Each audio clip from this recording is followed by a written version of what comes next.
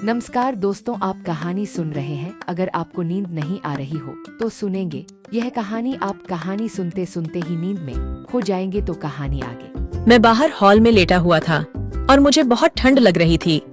तभी मेरी चाची मुझे देखकर कहने लगी, यहाँ बहुत ज्यादा ठंड है, अगर यहाँ लेटोगे तो बीमार हो जाओगे। तुम एक काम करो, तुम खुशी के कमरे में जाकर लेट जाओ। दरअसल हमारे घर में 2 ही कमरे थे और खुशी मेरी चाची की छोटी बहन थी, जो इस वक्त हमारे घर घूमने आई थी। चाची की ये बात सुनकर मैं बहुत खुश हो गया था। मैं चाची की बात मानकर खुशी के कमरे में जाकर लेट गया। खुशी गहरी नींद में थी। जैसे ही आधी रात हुई, मैंने उसके चादर पर हाथ फेरना शुरू कर दिया। मुझे ऐसा लगा जैसे कि वो जाग रही है, पर मुझे कुछ कह नहीं रही है और शायद वो भी यही चाहती है। उसके बाद मुझे और भी हिम्मत मिल गई थी और मैंने अपना हाथ। हेलो दोस्तों, आज की इस रोमांचक कहानी में आप सभी का स्वागत है। मेरा नाम समीर है। मैं ज्वाइंट फैमिली में रहता हूँ। मेरे पापा, मम्मी और चाचा चाची सब एक साथ रहते हैं। कुछ ही दिनों पहले मेरी चाची की छोटी बहन उनके पास रहने के लिए आई थी। वो मेरी चाची की सबसे छोटी बहन थी, इसलिए उसकी उम्र ज्यादा नहीं थी। वो करीब 22 साल की होगी। वो बहुत ज्यादा सुंदर थी, लेकिन मुझे उसे सुंदर कहने में शर्म आती थी और मुझे यह डर भी लगा रहता था कि कहीं वो यह सब चाची को ना बता दे। मेरे चाचा और पापा दुकान और खेती बाड़ी का काम देखते थे और मेरी मम्मी और चाचा घर पर ही रहती थीं। मेरी चाची का एक बेटा भी था जिसका नाम शिखर है और उसकी उम्र 6 साल थी। एक रोज की बात है, हम सब बैठकर खाना खा रहे थे। तभी चाची ने मुझे बताया कि शिखर का जन्मदिन आने वाला है और उस पार्टी में उन्होंने अपने मायके वालों को भी इनवाइट किया है। ये सुनकर मैं बहुत खुश हो गया था। मैंने चाची से पूछा, तो फिर कौन कौन आ रहा है? उन्होंने कहा, मम्मी पापा की तबीयत ठीक नहीं है तो शायद वो दोनों नहीं आ पाएंगे, पर खुशी यहाँ आने के लिए बेकरार है। वो कह रही है, मेरे दीवाने इकलौते भांजे का जन्मदिन है, मैं तो जरूर आऊंगी। चाची बोली, जब वो बस स्टैंड पर आ जाएगी तो तुम उसको ले आना। मैंने उसे तुम्हारा नंबर दे दिया है, वो यहाँ पहुँचते ही तुम्हें फोन कर देगी। चाची की बात सुनकर मैं 7वें आसमान पर था। मैंने खुशी को पहली बार चाचा जी की शादी में देखा था और जिस दिन मैंने उसे देखा था उसी दिन मैं अपना दिल हार गया था। खुशी उस वक्त एक भोली भाली सी लड़की लगती थी और अब तो वो खूबसूरत और जवान महिला हो चुकी होगी। मैंने जल्दी से अपना खाना खत्म किया और अपने कमरे में चला आया। मैंने अलमारी से नए कपड़े निकाले और उन्हें प्रेस करने लगा, क्योंकि आज मैं खुशी को अपनी तरफ आकर्षित करना चाहता था। मैं खुशी को लंबे समय से पसंद करता हूँ, पर आज मुझे ये जानना था कि वो भी मुझे पसंद करती है या नहीं। अब मैं खुशी के फोन का इंतजार कर रहा था। मैं बस यही सोच रहा था कि वो जल्दी से मुझे फोन करे और मैं दौड़ता हुआ उसके पास पहुंच जाऊं और उसे अपने गले से लगा लूं। पर एक हकीकत ये भी थी कि ये सब मैं सपने में ही सोच सकता था, क्योंकि असल में तो मैं कुछ भी नहीं कर सकता था। यही सब सोचते सोचते मैंने अपने कपड़ों पर प्रेस कर ली और नहाने के लिए बाथरूम में घुस गया। वैसे मैं कभी भी अपना फोन बाथरूम लेकर नहीं जाता था, पर आज खुशी की वजह से मैं अपना फोन बाथरूम में लेकर गया था ताकि समय से उसका फोन उठा सकूं। मैंने जल्दी से नहाया और अपने कपड़े पहनकर बाहर आ गया। आज मैंने अपना महंगा वाला परफ्यूम लगाया था, जिसे मैंने अब तक बाहर नहीं निकाला था।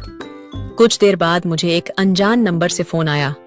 मैं समझ चुका था कि यह किसका नंबर है, क्योंकि इस वक्त खुशी के अलावा मुझे और कोई फोन नहीं कर सकता था। मैं जल्दी से फोन उठाया और मेरे कुछ बोलने से पहले ही सामने से एक मीठी सी आवाज आई, क्या आप समीर बोल रहे हो? मैंने कहा, हाँ मैं समीर बोल रहा हूँ, आप बताओ। वो बोली, मैं बस स्टैंड पर आ गई हूँ, आप मुझे लेने आ जाओ। इतना सुनते ही न जाने मुझे क्या होने लगा था। मैंने कहा, आप बस 10 मिनट रुको, मैं अभी आता हूँ, और इतना कहकर मैंने फोन काट दिया। मैं जल्दी से अपनी गाड़ी की चाबी ली और खुशी को लेने के लिए निकल गया। हमारे घर से बस स्टैंड तक 20 मिनट का रास्ता था। मैं तेजी से बाइक भगाकर 20 मिनट का रास्ता 15 मिनट में ही कवर कर लिया था। जैसे ही मैं बस स्टैंड पहुंचा और मैंने खुशी को देखा तो मेरे होश ही उड़ गए। वो खिलखिलाती धूप में किसी परी की तरह लग रही थी। उसने ब्लैक कलर की एक ड्रेस पहन रखी थी और बाल खुले हुए थे। आसपास के सारे मर्दों की नजर उसी पर थी। उसकी लंबी हाइट, नीली आंखें, गोरा रंग और गदराया हुआ बदन हर मर्द के दिल को पिघला रही थी। मैंने ऐसी खूबसूरत बला आज तक नहीं देखी थी। मैं जल्दी से उसके पास पहुंच गया और बस उसे ही देखता रहा। वो दूध से भी ज्यादा सफेद थी। मैंने उसके हाथों से उसका बैग ले लिया और उसे अपनी बाइक पर बैठा लिया। आसपास के सारे लोग मुझे ही देख रहे थे, क्योंकि वो खूबसूरत बला अब मेरे साथ जा रही थी। मैंने उसका सारा सामान आगे रख लिया था और खुद थोड़ा पीछे होकर बैठ गया था। मैं बाइक चलाते वक्त जानबूझकर बार बार ब्रेक लगा रहा था। मैं जब भी ब्रेक लगाता था तो उसके गर्म उभार मेरी पीठ पर लगते थे। मैं उसे छू तो नहीं सकता था, पर यह सब करके मैं उन्हें महसूस कर पा रहा था। मैं बाइक के शीशे से उसके चांद जैसे चेहरे को देख रहा था और शायद उसने भी इस बात को महसूस कर लिया था। मैं बाइक इतनी धीरे चला रहा था कि साइकिल वाले लोग भी मुझसे आगे निकल रहे थे, पर मुझे इन सब बातों से कोई मतलब नहीं था, क्योंकि मैं अपनी खुशी को लेकर जा रहा था। मैं उसके साथ ज्यादा से ज्यादा समय बिताना चाहता था, इसलिए मुझे धीरे जाने में भी खुशी मिल रही थी। आखिर थोड़ी देर बाद वो मुझसे बोली, समीर, इससे अच्छा तो मैं पैदल ही घर चली जाती। मैंने मजाक में उससे कहा, मैंने कुछ ही दिनों पहले ड्राइविंग सीखी है, इसलिए अभी थोड़ा डर लग रहा है। मेरी बात सुनकर वो हंसने लगी। वो हंसते हुए और भी ज्यादा खूबसूरत लग रही थी और इसी तरह बातें करते करते हम दोनों घर पहुंच गए। चाची अपनी बहन को देखकर बहुत ज्यादा खुश हो गई थीं। उन्होंने खुशी को देखकर उसे अपने गले लगा लिया। शिखर भी अपनी मौसी को देखकर बहुत ज्यादा खुश हो रहा था। अगले दिन शिखर का जन्मदिन था और हमने अपने घर में एक छोटी सी पार्टी रखी थी। इस पार्टी में हमने अपने रिश्तेदारों को नहीं बुलाया था, लेकिन गांव के सभी दोस्तों को बुलाया था। रात में पार्टी शुरू होने वाली थी और सब अपने मनपसंद के कपड़े पहन रहे थे, पर मैं चाहता था कि खुशी पहले तैयार हो जाए ताकि मैं उसके साथ मैचिंग कपड़े पहन सकूं। कुछ देर बाद खुशी तैयार होकर बाहर निकली और उसने रेड कलर का सूट पहन रखा था। उस सूट में वो बहुत हसीन लग रही थी। मैंने जैसे ही देखा कि खुशी ने लाल रंग का सूट पहना है, मैं तुरंत बाजार गया और अपने लिए लाल रंग की शर्ट ले आया।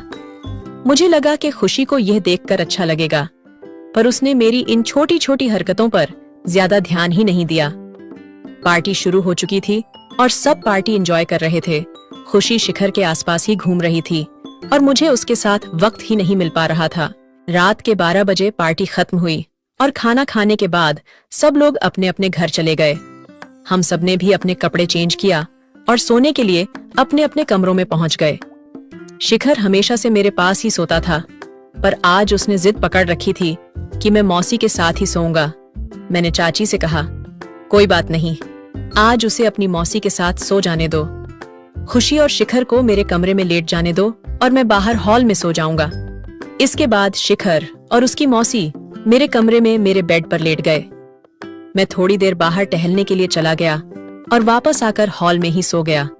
बाहर बहुत ज्यादा ठंड थी, फिर भी मैंने सोचा कि किसी को डिस्टर्ब नहीं करूंगा। ठंड से अपना ध्यान भटकाने के लिए मैं अपना फोन चलाने लग गया। थोड़ी देर फोन चलाने के बाद मुझे नींद आने लगी।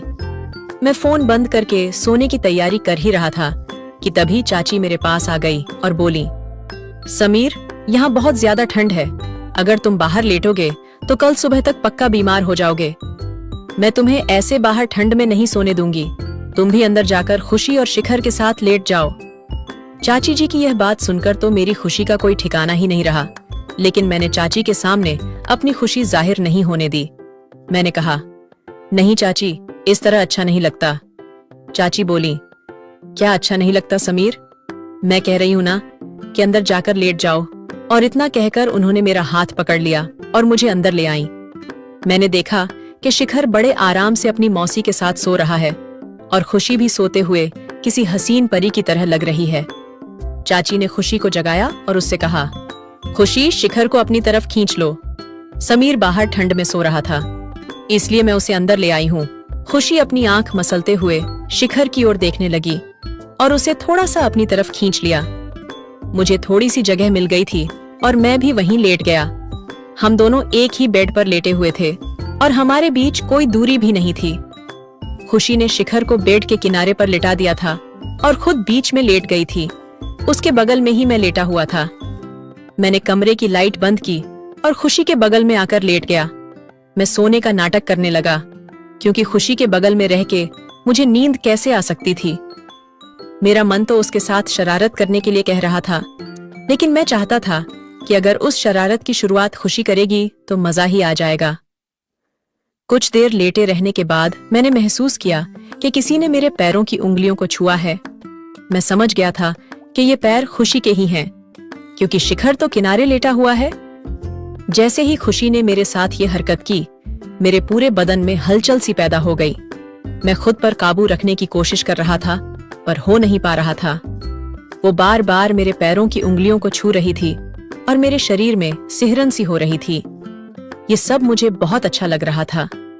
मैंने अपने जज्बातों को काबू न रखते हुए अपना हाथ खुशी की चादर पर रख दिया। मैंने ये सब इस तरह से किया था कि उसे ऐसा लगे कि मैं नींद में हूँ। कुछ देर बाद मैंने हाथ उसके हाथ पर रख दिया, पर अचानक से न जाने क्या हुआ, उसने मुझे गले लगा लिया। जैसे ही उसने मुझे गले लगाया, वैसे ही मेरे पूरे शरीर में करंट दौड़ गया। पर फिर भी मैं खुद पर काबू रख रहा था, क्योंकि मैं चाहता था कि पहली हरकत खुशी ही करे। पर कुछ देर बाद वो भी खुद पर काबू नहीं कर पाई और हरकत कर बैठी। उसके बाद मैं भी अपने सारे होश खो बैठा। खुशी ने मुझे वो सुख दिया था जिसका मैं बेसब्री से इंतजार कर रहा था। मुझे खुशी ने सबसे बड़ी खुशी दे दी थी। हम सारी रात एक जगह सोते रहे और अगले दिन उसे वापस अपने घर जाना था। मैंने जैसे तैसे करके चाची को मना लिया और खुशी को एक हफ्ते के लिए रोक लिया। हम दोनों ने एक हफ्ते तक बहुत मजे किए और उसके बाद वो अपने घर चली गई। मैं खुशी को भूल नहीं पा रहा था, क्योंकि कुछ ही दिनों में खुशी ने मुझे वो सुख दिया था जो मुझे आज तक नहीं मिला। मैं हमेशा के लिए उसे अपना बनाना चाहता था। इसलिए मैंने चाची के परिवार से हमारी शादी की बात कर ली। मेरी अच्छी नौकरी की वजह से उनके घर वालों को हमारे रिश्ते से कोई दिक्कत नहीं हुई और किसी ने कोई एतराज नहीं जताया। 1 महीने के अंदर हमारी शादी कर दी गई और मैं खुशी को अपनी पत्नी बनाकर अपने घर ले आया। कमेंट करके जरूर बताइएगा कि आपको ये कहानी कैसी लगी। अगर आपको ये कहानी पसंद आई हो तो इसे लाइक करें और अपने दोस्तों के साथ भी शेयर करें। आगे भी ऐसी रोमांचक कहानियों के लिए हमारे चैनल को सब्सक्राइब करें और बेल आइकन दबाना ना भूलें। कहानी समाप्त हुई। आपको यह कहानी कैसी लगी कमेंट बॉक्स में लिखकर जरूर बताएं। धन्यवाद।